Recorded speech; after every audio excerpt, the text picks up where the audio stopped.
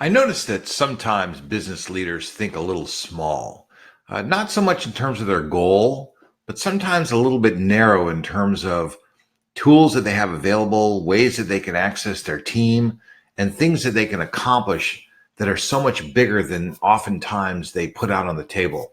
So let's think about a couple things and see if we can't think a little bigger about a couple of those things. A little bit of economic terminology that is going to make this a little simpler. So here's number one. The word capital. I work in the capital business. That's the money business. But capital is so much more than money. To me, capital is a tool. To most people who are not in the money business, money represents poker chips. It's a way of keeping score, and we're all about accumulation. So we go do good, we get some chips, and then we can buy some things, and we can feel good about it. We get some more chips, spend chips, give chips away. We can do whatever we want with our poker chips. Not any different than going to Las Vegas. But that's not how I see money. That's not how people who are in the money business see money. And that's how leaders should start to see money in a little different way too.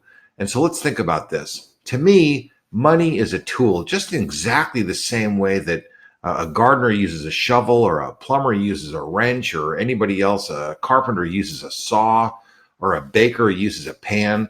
To me, they're tools that help me to accomplish and get the job done.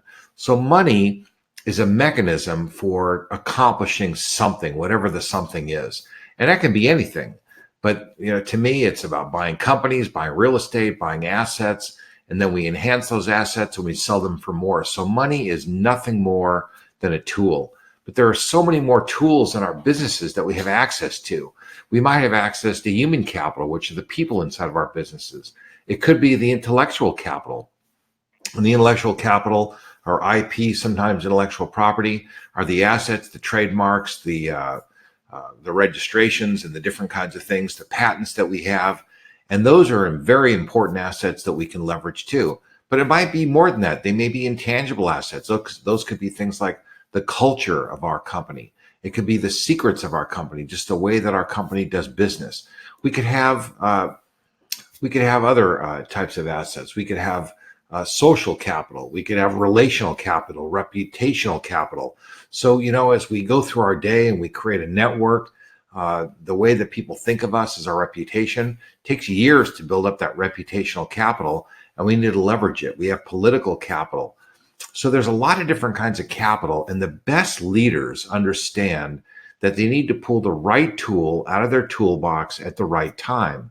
And when I speak to corporations, I call that compete on capital, because all companies have access to many different kinds of tools in their toolbox, and the best leaders will pull the right tool out of the right toolbox.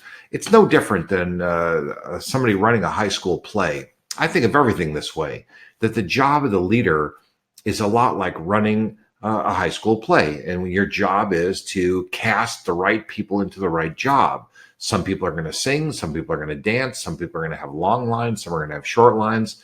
Some people are going to work the lights, some are going to work the curtains. Different people are going to do different jobs. And that's how this is inside of any business. And the better job that the company does of aligning the right people into the right jobs and using the right capital at the right time and getting the right tools deployed at the right time, the better that company is going to be. So my message here, as we go into the summer and we look for new times, is find the right tool to get the job done. Find the right assets. Find the right people to get the jobs done. Find the right everything to get everything done the way you want it done.